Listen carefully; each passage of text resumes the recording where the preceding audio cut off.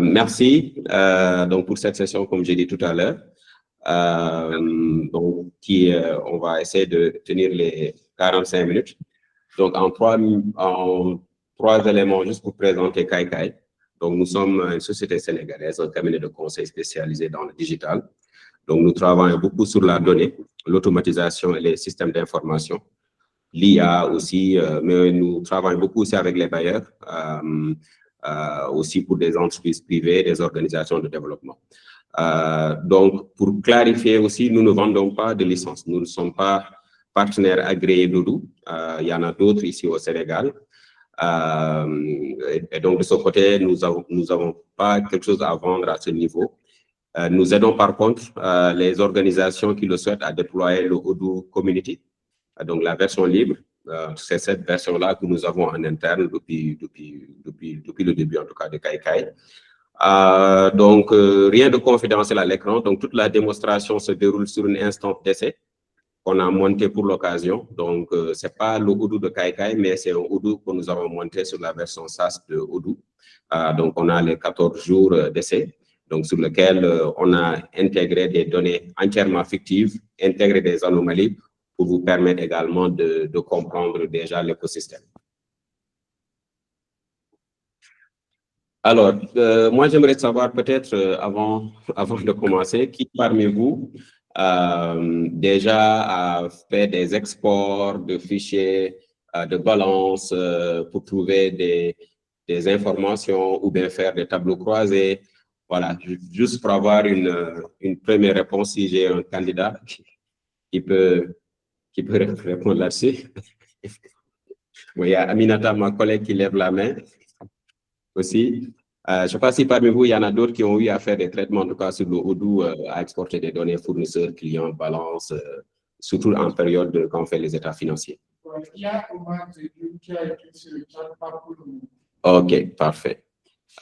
Qui d'autre a fait des manipulations sur Odoo, des exports de données pour faire des analyses?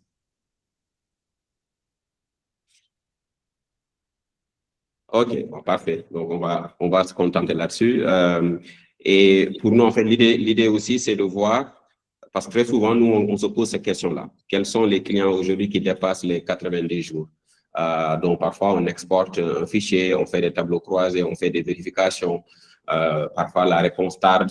Parfois, on se trompe sur les formules Excel ou bien sur le filtre, même au niveau de Odoo. Aussi, si on veut avoir les livraisons qui ont été facturées, aussi s'il y a des doublons fournisseurs. Donc, la donnée existe. Elle est dans l'ERP. Ce qui manque parfois, c'est le chemin le plus court, en tout cas, entre la question et la réponse. Et donc, juste pour cadrer, donc cette session, c'est une démonstration en direct sur un Odoo, donc un vrai Odoo, même si c'est un Odoo de test, mais c'est un Odoo carrément dans la plateforme SaaS de Odoo. Des cas concrets, donc on a mis des données sur ce Odoo-là, des factures, des clients, des fournisseurs, des ventes, des articles, et aussi après proposer un cadrage sérieux sur les droits et la sécurité. Voilà, comment gérer la sécurité et les droits. Cette session n'est pas une formation à l'utilisation d'Odoo. Moi, je ne suis pas un expert d'Odoo. Je suis un utilisateur avancé, mais je ne suis pas un expert d'Odoo. Ce n'est pas un atelier de paramétrage comptable aussi. Je ne suis pas un expert comptable, ni une démonstration commerciale du logiciel Odoo. Donc, l'objectif pour nous, ce n'est pas de vous vendre, il faut acheter Odoo, et ainsi de suite. Donc, c'est plus pour les personnes qui ont des ERP, voilà, quels sont les mécanismes qui vous sont offerts par l'IA. Donc, la démonstration donc, tourne sur cette instance de test pour l'occasion. Donc, aucune donnée, en tout cas, n'est affichée à l'écran, aucune donnée réelle. Alors, pour pouvoir cadrer pour tout le monde, il y a 4 mots aussi à savoir. Donc, Odoo, en tant que tel, qui est l'ERP, qui est votre logiciel de gestion. Bon, parfois, d'autres utilisent Sari, Sage, SAP. Voilà, il y a d'autres qui fabriquent leur propre logiciel de gestion. Donc, c'est là où vivent vos factures, les clients, les stocks, les articles. Ensuite, on a API. Bon, en fait, je ne vais pas utiliser des termes techniques, mais l'API, un peu, c'est la porte de service. Donc, Odoo, c'est votre porte. L'API, c'est la porte de service. Donc, c'est l'entrée qui a été prévue pour que d'autres logiciels puissent échanger avec votre coffre. Donc, que ce soit obtenir une information ou bien fournir une information. Donc, et ça a existé même avant l'avènement des IA, l'API. Maintenant, il y a ce qu'on appelle la clé API, c'est le badge. C'est-à-dire, vous avez la porte de service. Maintenant, quelqu'un pour entrer, il faut badger. Maintenant, c'est ce badge-là qui va identifier l'usager pour dire c'est tel usager qui a ouvert la porte ou pas. Donc, elle est nominative, elle est révocable. Donc, avec une date d'expiration, on peut mettre la clé pour dire elle dure 30 jours. Généralement, les gens mettent 30 jours à 3 mois après renouvellent parce qu'il y a des cas de piratage derrière. Maintenant, on a le MCP qui est un peu la langue commune, c'est-à-dire qui a été mise en place par Anthropic. Anthropic qui a créé Claude, donc permet à l'IA de comprendre quels outils elle a et comment s'en servir. Donc, c'est un langage compris par l'IA et les outils qui est un protocole qui est assez clair en termes de communication. Donc, vous avez le corps, la porte de service, le badge pour y entrer, la langue commune, donc tout ce que vous allez voir tient dans ces 4 mots avec ces échanges-là. Donc, on aura 45 minutes. Donc, au début, tout à l'heure, on va faire le branchement et les droits d'accès. Ensuite, on va prendre 10 minutes, de 10 minutes à 25 minutes vos questions en langage courant. Donc, tout ce qui est balance, on va mettre des prompts au niveau de Claude du moins. Ensuite, expliquer le cadre de sécurité. Comment faire en sorte que ça soit lecture seule, les listes d'action, la validation humaine, qu'est-ce qui est important. Et derrière, un tableau de bord peut-être qu'on pourrait générer en direct avec les données venant d'Odoo. Voilà. Donc, n'hésitez pas si vous avez des questions même à lever la main. Donc, la première des choses, peut-être que je vais vous montrer, c'est par rapport au branchement. Donc là, je vais vous montrer un peu le Odoo, une seconde. Voilà. Donc, je sors. Voilà. Donc, actuellement, ça, c'est le Odoo qu'on a créé sur la plateforme Odoo. Donc, je l'ai appelé kaikai.odoo.com.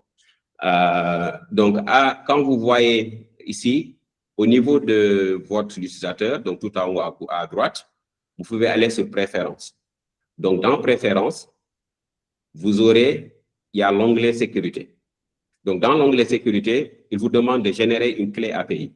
Donc, ici, vous avez 2 modes, le mode RPC et le mode MCP. Le mode RPC, c'est un peu qui donne ce mode de pouvoir communiquer avec API. Le mode MCP, en fait, permet aujourd'hui, par exemple, Claude d'être pas forcément un serveur, mais client MCP. C'est-à-dire, Claude peut avoir la possibilité d'interroger aussi d'autres outils respectant le MCP. Donc, nous, on a créé une clé RPC derrière. Quand on le génère, il faut faire attention. Dès que vous le générez, donc il va vous demander le mot de passe. Donc, vous mettez le mot de passe, vous le générez. Et une fois généré, donc je le génère, je vous montre juste derrière comment ça se passe. Voilà. Donc, je confirme le mot de passe. En fait, voilà, ici, il me demande à quoi sert. Bon, je mets juste test. Maintenant, quand vous générez la clé, vous pouvez mettre la durée de validité. Bon, moi, j'ai mis 30 jours. J'ai mis 30 jours. Bon, d'autres vont mettre 6 mois ou 1 an. Mais moi, je recommande de faire un truc de maximum 3 mois. Après, au fur et à mesure, les renouveler. Comme ça, si la clé, quelqu'un le pirate, après, elle ne fonctionne plus. Donc, par exemple, si on met 1 mois, donc, quand on génère la clé, il faut la copier directement. Copier et stocker ça quelque part. Parce qu'en fait, dès qu'on termine, on n'a plus la possibilité de voir la clé. Donc, ça, c'est le premier point à prendre. Donc, une fois que vous avez pris cette clé, donc, il y a dans Claude, vous avez un fichier. Donc, dans bon, peut-être ce VS Code va vous faire peur, mais le fichier, vous pouvez l'ouvrir avec n'importe quel éditeur.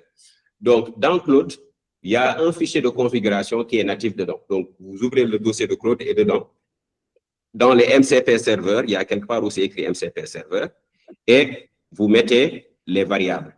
Donc, il vous demande le lien, donc mon Odoo de test, le nom de la base donnée. Donc, sur Odoo, le nom par défaut de la base donnée, c'est le nom du sous-domaine. Donc, si j'avais mis MN Pro, ça va être ici MN Pro. Je mets le username et je mets la clé que j'ai générée. Maintenant, le piège, ça peut ne pas fonctionner si vous n'avez pas mis Odoo Password. Il faut mettre le Odoo Password, ce champ-là. Même si c'est une clé, en fait, ce mode d'échange demande à ce que cet élément soit présent, le Odoo Password. Donc, si vous ne le mettez pas, ça peut échouer. Et après, je vais vous expliquer tout à l'heure les autres champs. Mais c'est ce qui est le plus important à ce stade.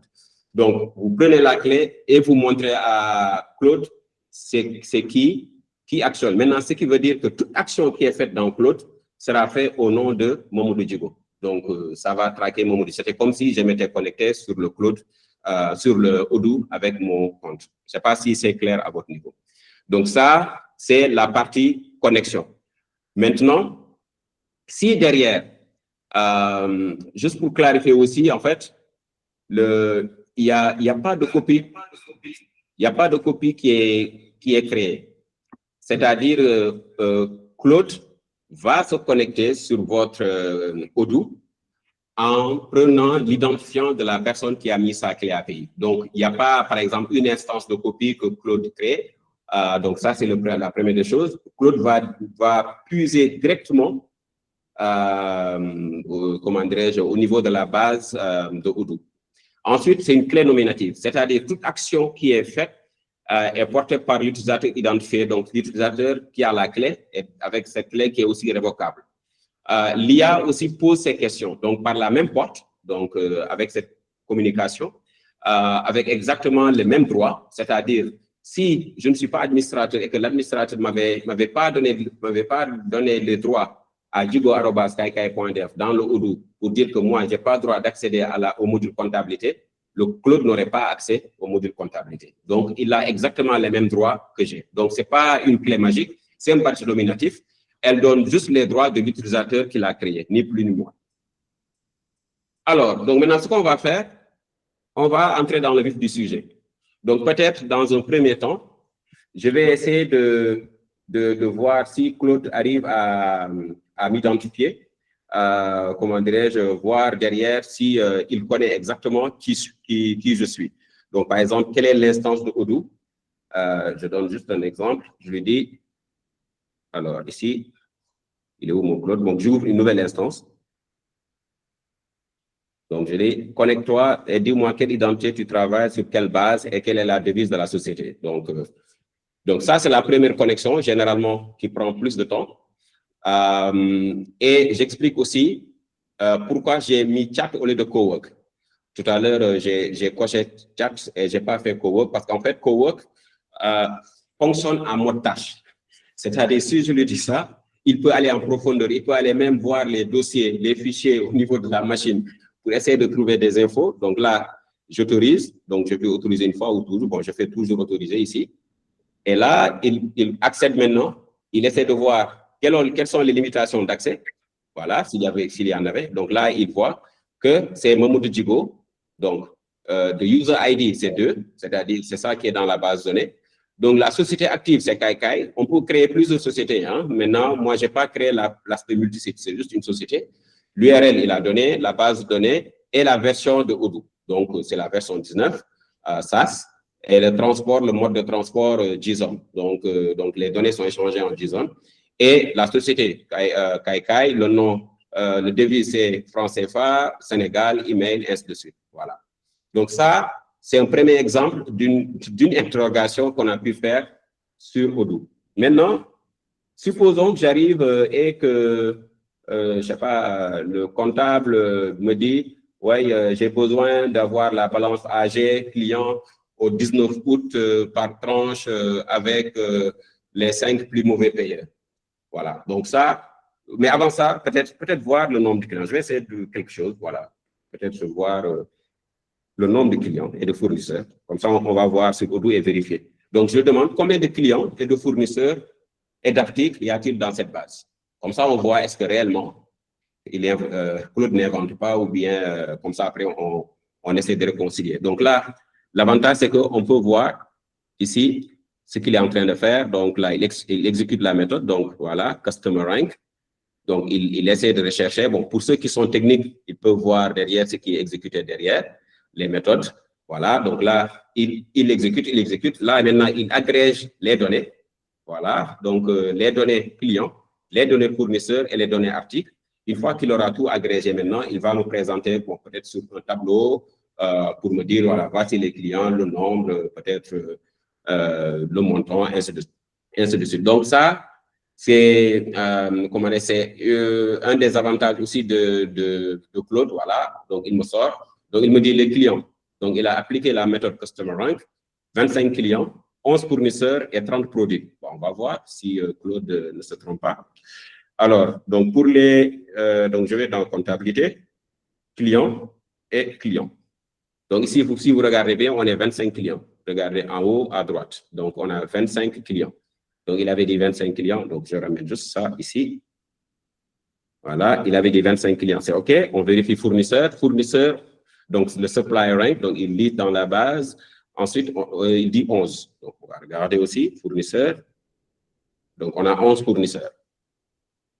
Même chose. On va voir sur les produits articles. Donc, modèle produit. Donc, il a dit 30. Donc, ça, je vais dans le module vente. Ici, donc produit, j'ai 30 produits. Voilà, donc là, il arrive à compter. Maintenant, c'est sur l'aspect analytique. Maintenant, si j'arrive, je lui dis, donc comme tout à l'heure, qu'il me donne la balance AG client au 19 août par tranche avec les 5 plus mauvais payeurs. Voilà. Donc là aussi, il va chercher, et c'est ça l'avantage, c'est qu'avec la force de l'IA, non seulement elle arrive à récupérer les données, mais arrive à faire les calculs.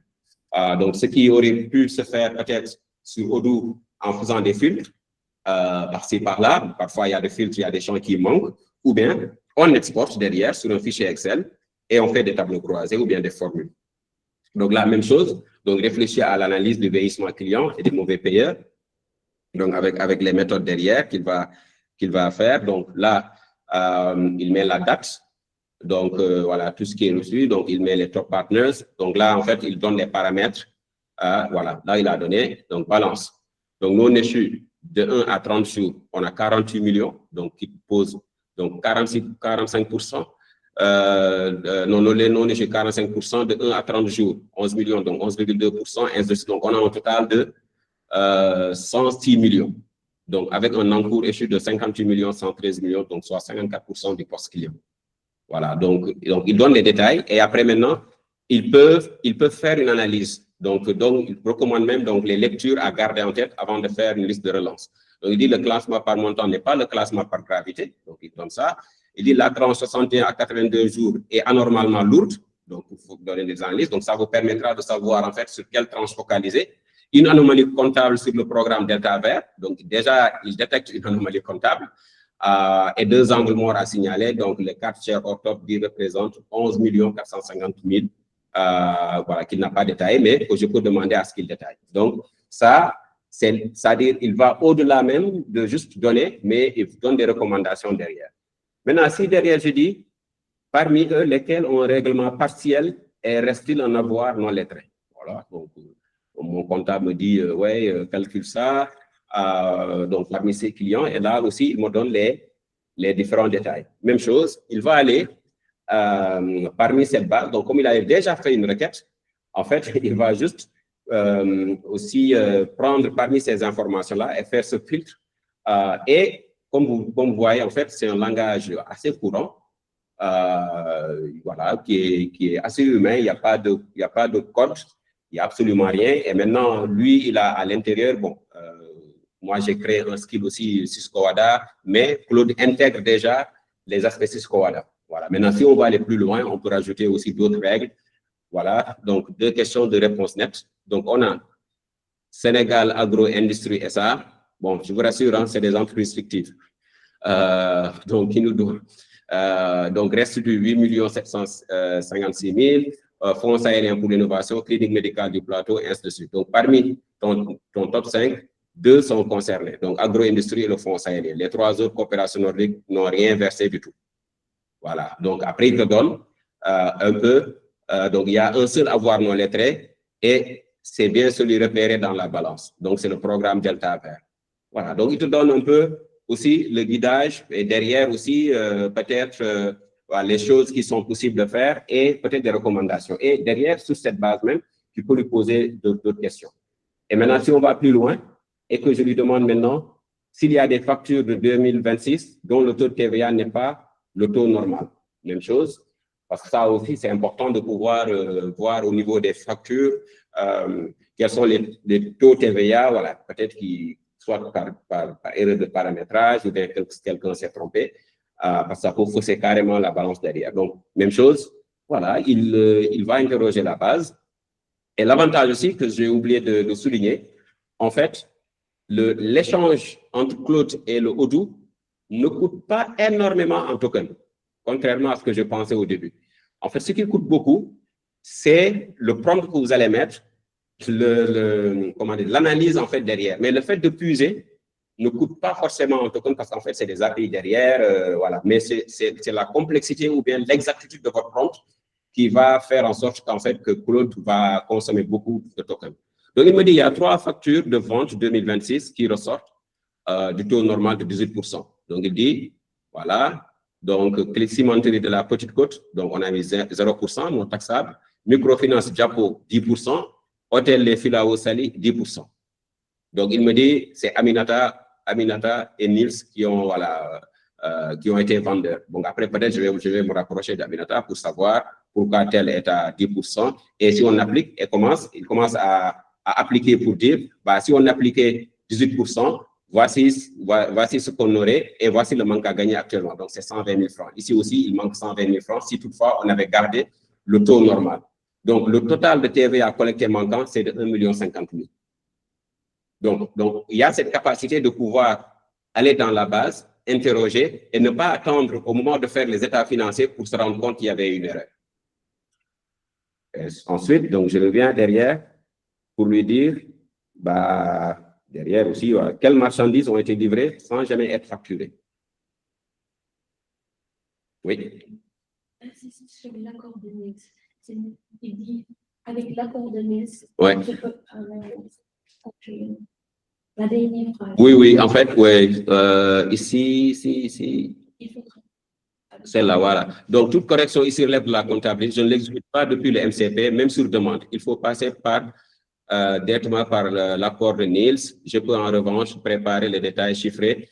Ici, c'est une configuration interne. C'est à cause de ça. Je vais vous expliquer tout à l'heure. Donc, on a mis, par exemple, si je manipule, il faut que Nils valide, ou bien si Nils doit faire ses manipulations, il faut que moi je valide. Maintenant, si un des collaborateurs valide, il faut que Nils ou moi valide. Donc, c'est un peu pour, je vais en revenir tout à l'heure par rapport au droit d'accès à la sécurité, l'importance de faire cette configuration. Même chose là, donc il a fourni les marchandises, donc on a 3 livraisons qui sont sorties du stock, qui n'ont jamais donné lieu à une facturation. Donc, on a le Sénégal Agro-Industrie, la commune de Ndiassane et l'ONG Yeoundao. Donc, voilà, c'est sur un total non facturé de 14 millions hors taxe, donc ce qui se fait 16 620 000 TTC. Donc, imaginez, voilà, ce manque à gagner, voilà, si toutefois, voilà, il y a des anomalies, que ce soit en termes de comptabilité qui ont été faites, bah, l'erreur humaine aussi derrière. Bon, je vais exécuter peut-être un aussi derrière. Maintenant, je demande s'il y a un risque de double paiement fournisseur, parce que ça aussi, ça arrive. Parce que des factures, un fournisseur te donne la même facture, mais avec des identifiants, des numéros différents. Vous payez 2 fois pour le même service. Et ça aussi, c'est quelque chose sur lequel on peut remonter. Donc, même chose, il commence à réfléchir, il va voir sur les factures. Voilà, une seconde. Bon, je vérifie le timing, si je suis dans les temps. Ah, je suis dans les temps, parfait, merci de donner. Donc là, il commence à parcourir. Allez. Voilà, en cours. Bon, celui-là, il est plus parce que on a mis beaucoup de données de fournisseurs sur la base. Maintenant, derrière aussi l'analyse, il faut qu'il voit comparer aussi. Donc, chaque montant, il va dire chaque facture, montant par montant, pour voir est-ce que c'est les mêmes nivelés. Voilà, il dit le risque est concret. Il dit 13 millions exposés en double. Imaginez, 13 millions. Donc, il dit, par exemple, fournisseur, Technopro Afrique SARL et Technopro Afrique SARL. Donc, le premier SARL, c'était en majuscule, le deuxième en minuscule. Parce que peut-être la personne a saisi de différentes manières. Ensuite, TPA FA 0815, TPA FA tiré parce qu'il y a ici un espace. Même chose, voilà. Date de facture, date comptable, ligne, voilà, il donne le montant et donc comptabiliser non payé, comptabiliser non payé. Donc, même référence fournisseur, même article, même montant, parce qu'il a parcouru le contenu de la facture par exemple, si je vais, je peux aller directement là-bas. Comptabilité, je fais, voilà. Voilà, comptabilité, pièce comptable, voilà. Merci Aminata qui est là. Donc, on a cette facture. Donc, en fait, ce qu'il fait, il va lire chaque ligne. Donc, le premier, on a équipe 60 000, on se retrouve avec 11 000. Donc, il lit chaque ligne. Donc, pour voir un peu derrière ce qui a été fait, s'il y a d'autres informations derrière qui se ressemblent. Donc, le deuxième, c'est celui-là. Bill, truc 02. Donc, là, 01, ensuite 02. Donc, on va se rendre compte ici. Même chose. Voilà.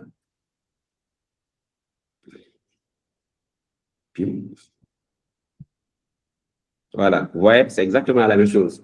Donc, il a pu comparer le contenu même de la facture pour dire, ah ouais, mais franchement, voilà, ça, vous risquez de perdre 2 fois. Donc c'est un montant de 13 millions derrière, 13 millions pour... donc, il donne le risque immédiat. Les 2 factures sont issues depuis le 9 août et toutes deux non réglées. Si les paiements fournisseurs sont préparés à partir de la liste des factures dues, les 2 remonteront comme 2 dettes légitimes envers ce qui ressemble à 2 fournisseurs. Rien dans l'interface ne signale l'anomalie. Donc, ça, c'est quelque chose. Et ils donnent aussi des recommandations. Donc, ce qui est simple par ailleurs est la suite. Donc, il faut annuler une facture non comptabilisée. Donc, derrière, il y a des éléments qu'il faut faire. Et enfin, je vais terminer là-dessus. Maintenant, pour demander s'il reste des factures en brouillon. Parfois, on met en brouillon et on oublie de comptabiliser. Bon, on a notre comptable là qui fait bon, j'ai l'impression que c'est quelque chose qu'il a eu à vivre. Donc, bon, parfois, on crée des brouillons et on oublie de les valider, on comptabilise. Bon, forcément, ça joue aussi. Donc, il dit on a 2 factures en brouillon. Donc, Agence nationale du numérique territorial et le groupe logistique Atlantique. Donc, pour un montant de 5 675 800 TTC. Voilà, donc dont 865 000 de TVA collectés. Et même chose, il donne des recommandations. Quelle est l'anomalie? Voilà, pourquoi, voilà, les détails, les factures en brouillon, ainsi de suite, le taux TVA. Donc, tout ça, pour un comptable et pour un décideur, c'est important, en fait, d'avoir cette visibilité pour pouvoir mieux avancer. Donc, ça c'est des cas concrets. Mais en résumé, ce qu'on a pu voir, c'est que derrière, ce que la base de données cachée, c'est qu'on avait 13 millions de risques de double paiement de fournisseurs. Donc, une même référence sur 2 fiches qui ne diffèrent que par des majuscules. Donc, SARL majuscule, SARL minuscule. On avait 14 millions de livraisons jamais facturées. Donc, 3 bons de livraison qui sont partis, aucune facture en face. Donc, 14 millions. Ensuite, 5,7 millions de factures restées en brouillon. Donc, on a fait le service, mais on n'a jamais comptabilisé ces factures. Et enfin, on a 1 million de TVA collectées manquantes. Donc, avec des taux erronés, donc l'un à 10%, 10%, ainsi de suite. Donc, ce qui fait au total 39 millions de francs CFA d'enjeux. Sur 8 points qu'on a trouvés en 15 minutes de questions. Donc, imaginez cela, parce que ça ne s'accumule pas, on n'attend pas à la fin de l'exercice pour pouvoir le constater. Et l'avantage, c'est quoi? C'est que c'est des choses qu'on peut automatiser, mais bon, ça ne pourra pas faire l'objet de cette session, mais de pouvoir faire cet exercice de revue quotidienne pour pouvoir automatiser ce que je viens de faire là. Ça aide toutes les requêtes que je viens de faire, on peut pouvoir l'automatiser derrière. Ensuite, maintenant sur les verrous. Tout à l'heure, je vous ai montré dans la configuration. Donc, par défaut, on a l'écriture qui est, comment dirais-je, désactivée. Comment ça se fait? En fait, ici, là, j'étais où? Voilà. Ici, on a un élément qui s'appelle, une clé qui s'appelle Odoo MCP Enable Rights. Donc, pour dire, activer la capacité du MCP de Claude à écrire dans Odoo. Donc, ici, j'ai mis tout. Par défaut, il est à false ou bien il est même absent. Donc, c'est-à-dire, Claude va se limiter uniquement à lire les données. Parce que tout ce qu'on a fait là depuis le début, on ne fait que la lecture de données. Maintenant, bon, ça, en fait, on a des listes blanches d'action. Donc, c'est une même écriture activée, seules les actions inscrites nommément sont possibles. Donc, comptabiliser une facture ou supprimer, jamais. Ça, je vais vous montrer tout à l'heure. Et la validation humaine. En fait, pourquoi tout à l'heure, il a dit qu'il fallait une validation de Niels, ou bien, par exemple, si c'est Aminata, il faut que Djigo valide, ou bien si c'est Niels, c'est Djigo qui valide. En fait, parce que tout simplement, on a la possibilité de configurer, en fait, le comportement de Claude au niveau global. Donc, on lui a dit, donc, interaction de Odoo via MCP, nos règles, la lecture autorisée sur tous les modules Odoo, sans restriction. L'écriture, donc création, modification, 3 cas seulement sont autorisés, donc depuis le MCP. Chacun, avec demande d'approbation systématique de l'utilisateur avant exécution, récapitule précisément l'action. Donc ça, il faut qu'il dise c'est quoi l'action qu'elle va faire, l'enseignement concerné, les champs, les valeurs et après. Il va l'exécuter qu'après un accord clair et non ambigu. Donc, ce qu'on donne comme possibilité d'écrire, c'est au niveau du module CRM, facturation, et aussi une validation ou la comptabilisation d'une facture ne se fait jamais depuis le MCP. Elle doit être effectuée manuellement dans Odoo par un utilisateur. Emailing, même chose, on a donné. Et maintenant, après avoir créé un brouillon, la facture ou la campagne indique-le clairement en appel. Donc, c'est-à-dire tout ça, c'est des règles que tu mets, mais de manière humaine.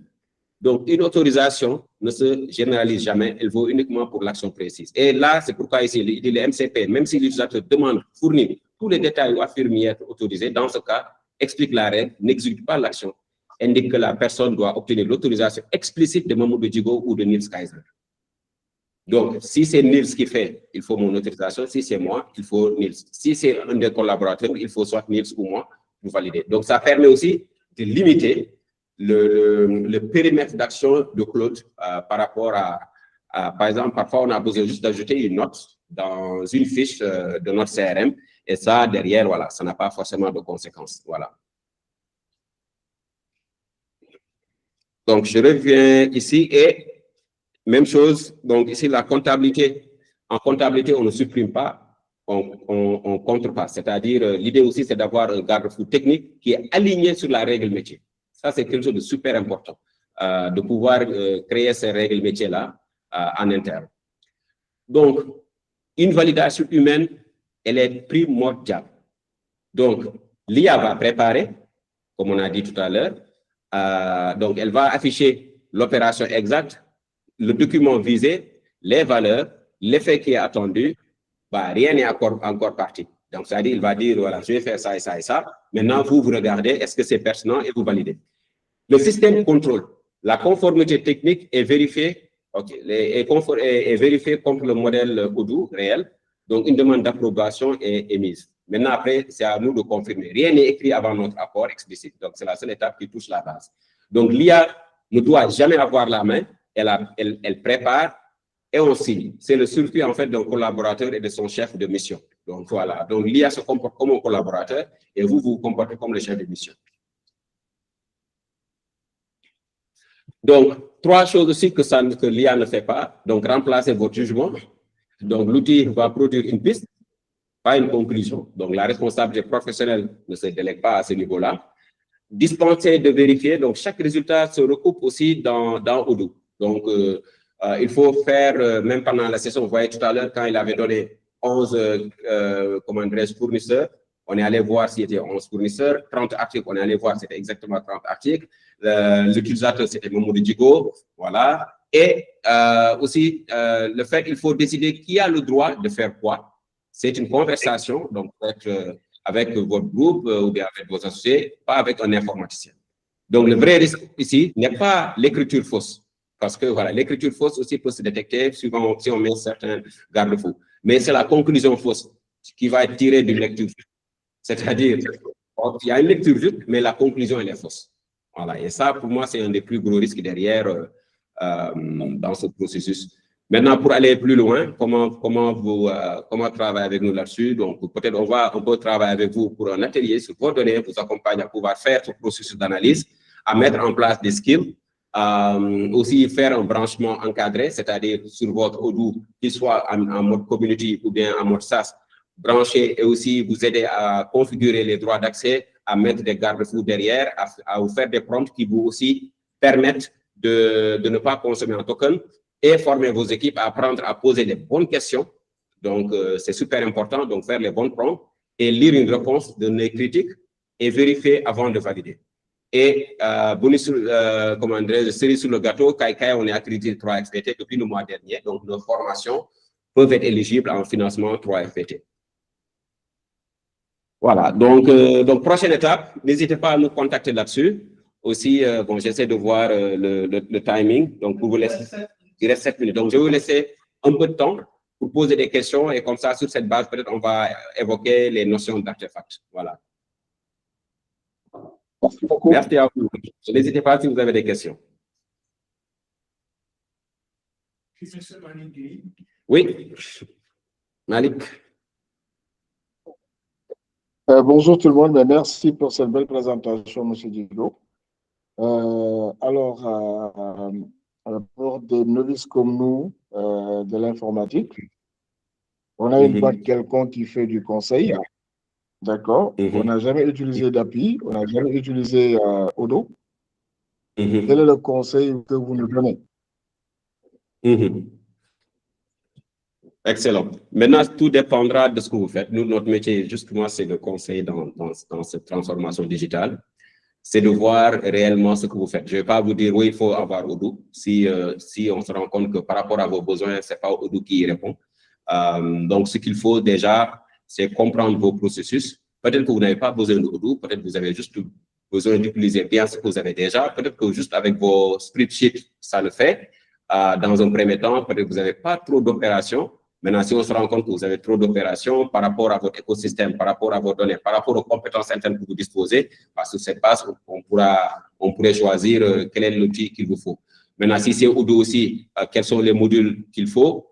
Est-ce que c'est mieux pour vous d'avoir la version community, c'est-à-dire libre, sur laquelle on peut vous accompagner, ou bien la version SaaS, sur lequel il y a des agrégateurs, il y a des intégrateurs qui sont des partenaires agréés de Odoo, qui peuvent vous accompagner là-dessus. Cela, en fait, ça va toujours partir d'un diagnostic pour comprendre déjà vos besoins et sur cette base-là, on pourra vous recommander quel est l'outil qui répond au mieux. Et peut-être même, vous n'aurez pas besoin d'outils. Peut-être on va vous dire après diagnostic, finalement, vous n'avez pas assez de ressources humaines. C'est mieux d'avoir un cabinet juste qui vous accompagne. Voilà, qui a son Odoo et après...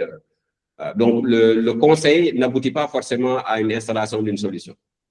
Voilà, donc ça va aboutir juste à, peut-être à mettre un mécanisme. Maintenant, la solution numérique peut être une des pistes pour pouvoir résoudre votre problématique. Alors, très bien. En tout cas, merci pour la réponse, parce qu'en fait, pourquoi je l'ai posé. Alors, on sait qu'aujourd'hui, on va dire 80% des sociétés, en tout cas entreprises sénégalaises, sont dans l'informel, beaucoup. Et malheureusement, souvent, ils pensent qu'ils gagnent de l'argent et en réalité, ils en perdent énormément. C'est quand ils ont des outils qu'ils se rendent compte qu'en fait, ils en perdent énormément. Quelle est la démarche aujourd'hui qui est mise en place de votre côté pour accompagner ces PME qui sont entre l'informel et le formel? C'est des cas, je suis sur des cas pratiques, moi, en fait. Non, oui, je pense que ça va relever du même processus. En fait, nous, on a accompagné plusieurs types d'organisations. On a accompagné aussi une organisation qui était aussi dans le milieu de l'agriculture. Bon, même chose, hein. C'est-à-dire, ce qu'on a fait, c'est un diagnostic. Parce que ce qui est important, c'est l'adoption. C'est-à-dire, il ne faut pas mettre en place des processus ou des procédures ou des outils pour lesquels il n'y a pas une durabilité. Et il faut y aller étape par étape. C'est-à-dire, nous, au début, on s'est dit, à ce stade, c'est ça qui répond à leur solution, mais en ayant une visibilité, en fait, à long terme pour dire, c'est là où on va aller. Et on a co-construit cela avec les personnes. C'est-à-dire, parfois, vous avez peut-être la personne, son plus gros problème, ce n'est pas forcément Odoo, mais c'est de pouvoir répondre, comment dirais-je, à ses prospects. Parfois, c'est peut-être avoir des API sur son WhatsApp, pour pouvoir convertir les personnes qui le contactent. Parfois aussi, c'est d'avoir peut-être une base de données de différentes personnes qui le contactent et d'avoir un mécanisme pour les relancer, pour leur envoyer des proformas. Maintenant, tout, c'est pas que le ERP qui peut y répondre, c'est en partie une réponse. Maintenant, après, l'idée, c'est d'utiliser les outils que ces personnes-là peuvent, comment elles s'appellent, avec un accompagnement de formation derrière, peuvent adopter de manière fluide. voilà, et qu'il n'y ait pas cette impression qu'on est en train de les muter. Voilà, c'est super important cet aspect de processus. Ah, mais c'est très bien, mais merci beaucoup, c'est clair. Merci beaucoup. Je vous en prie. Nous avons une personne dans le chat, M. Maran Dao, Mhm. qui dit merci, monsieur le comptable, pour le rappel des principes comptables. Ok, allez-y. Voilà. Oui, bonjour. Oui, bonjour. Et je te remercie d'avoir rappelé mon message à monsieur le comptable Digo. Alors, j'ai pas de questions, j'ai plutôt une contribution. Pour mon comptable comme moi qui utilise d'autres logiciels comptables, récemment, 2-3 mois, bon, depuis le début de l'année, j'ai commencé à utiliser Odoo parce que j'ai un client qui n'utilisait que Odoo. Je suis obligé de l'avoir pour pouvoir faire le suivi. Et pour confirmer les dires de Digo, aujourd'hui, moi, j'utilise Odoo et je l'ai connecté à mon cloud. Et derrière, en termes de gain de temps, ça me permet même de contrôler ce que font mes autres comptables pour le contrôle que je fais quotidiennement. Donc, ça donne des facilités. Avant, je perdais beaucoup de temps à lire à faire un contrôle derrière. Aujourd'hui, il suffit juste qu'il m'envoie la balance que j'ai. Dès que j'ai la balance, je peux la transférer sur Odoo et faire le suivi. J'ai aimé le blocage tout à l'heure que Digo a mis en place par rapport aux données. Comme ça, au moins, même parce que j'hésitais en fait depuis à partager avec les autres comptables. En fait, et là, vu ce que je viens de voir, c'est pourquoi j'ai bien aimé assister à cette session. J'ai beaucoup appris. En tout cas, merci. Merci pour le travail que vous faites. Et pour les gens qui hésitent, c'est bon, il faudrait passer à Odoo et se faire accompagner par quelqu'un. Merci, merci l'expert.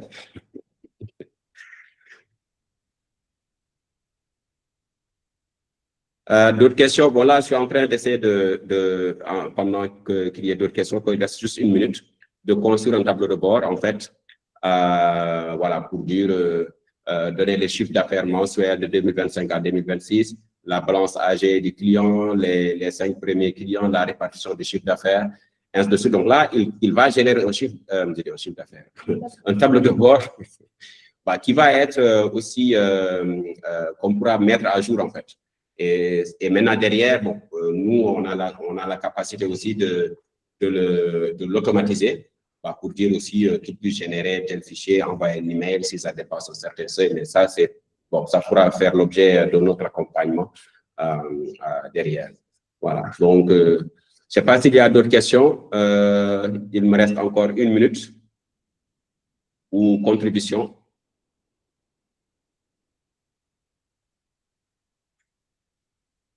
Donc là, il est en train de, voilà, donc d'agréger tous les contenus.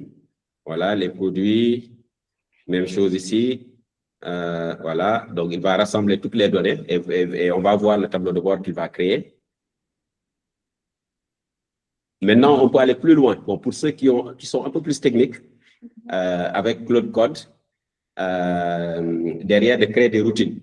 Bon, ça peut faire l'objet d'une autre session qui est un peu. Mais ça ne veut pas forcément dire que la personne doit avoir des compétences de programme. Non, non. C'est plus le nom des gens discours de code. Voilà, ça fait peur. Mais voilà, vous pouvez le manipuler sans avoir des compétences de programmeur ni de développeur, mais juste avec un langage humain. Voilà, je vais faire ça et ça crée des routines. Et les routines maintenant qui peuvent être actionnées, qui peuvent être programmées, c'est comme avec ces programmes-là. Genre, vous dites chaque 2 heures ou bien chaque lundi à telle heure, fais cette action. Et là, il va pouvoir l'actionner. Voilà. Et donc, ça aussi, c'est une des fonctionnalités derrière aussi de Claude qui est assez sympa de pouvoir créer ces routines-là. Voilà. Donc là, voilà, il commence à générer maintenant voilà, tout ce qui est les charts. Voilà. Voilà. Donc, il est en train de générer les figures. Voilà, la partie statique aussi du dashboard. On va voir peut-être 2 minutes si vous avez 2 minutes, on voit ce qu'il va nous produire. Bon, on en a plus. Moi, j'ai plusieurs dashboards qui sont automatisés. Donc, que ce soit sur nos données de gestion de projet, mais aussi sur le suivi de nos réseaux sociaux. Et maintenant, voilà, ça, bon, on a celui-là, c'est plus pour sur le Odoo Kaikai, mais ce que je vais générer, ça, c'est sur le Odoo de test qu'on vient de. Voilà, donc il a fini. Donc là, regardez à quoi cela ressemble. Voilà, donc il me dit facture, chiffre d'affaires facturé 150 710 000, en cours client 106 millions, CA non payé 22 millions, et maintenant il fait tout le graphique derrière sur le chiffre d'affaires mensuel. Donc janvier, février, mars, avril, ainsi de suite. Donc avec, comment dirais-je, le chiffre d'affaires qui avait été fait sur l'année 2025, 2026, même chose, la balance AG, donc ce qu'on a vu tout à l'heure, les services équipements, les 5 premiers clients. Donc, on a la Banque régionale de développement côtier qui fait 1 million. Bon, il dit aussi ce que le tableau ne va pas montrer et les anomalies qui ont été détectées. Ça, c'est important. Donc, c'est-à-dire, il dit, donc celui-là, on a marchandises livrées jamais facturées, donc 3 bons. Ensuite, les factures fournisseurs suivies 2 fois, donc c'est ce qu'on a vu tout à l'heure. Les factures de vente qui sont restées en brouillon, les taux de TVA erronés. Et derrière, il donne le total, quoi. Ça, je lui ai donné quelque chose de basique. Mais on peut avoir un tableau de bord qui est encore beaucoup plus élaboré en termes d'information. Donc, je vais m'en arrêter là. Et pour celles et ceux qui ont des questions ou bien veulent se rapprocher de l'équipe, envoyez un email à mail@kaikai.dev ou bien sur kaikai.dev session Odoo IA. Voilà, vous pouvez vous enregistrer après maintenant peut-être pour une prochaine session qu'on puisse le faire avec vous. Il y aura un article qui va suivre derrière pour un peu aussi tout le processus et ce sera partagé avec vous. Merci.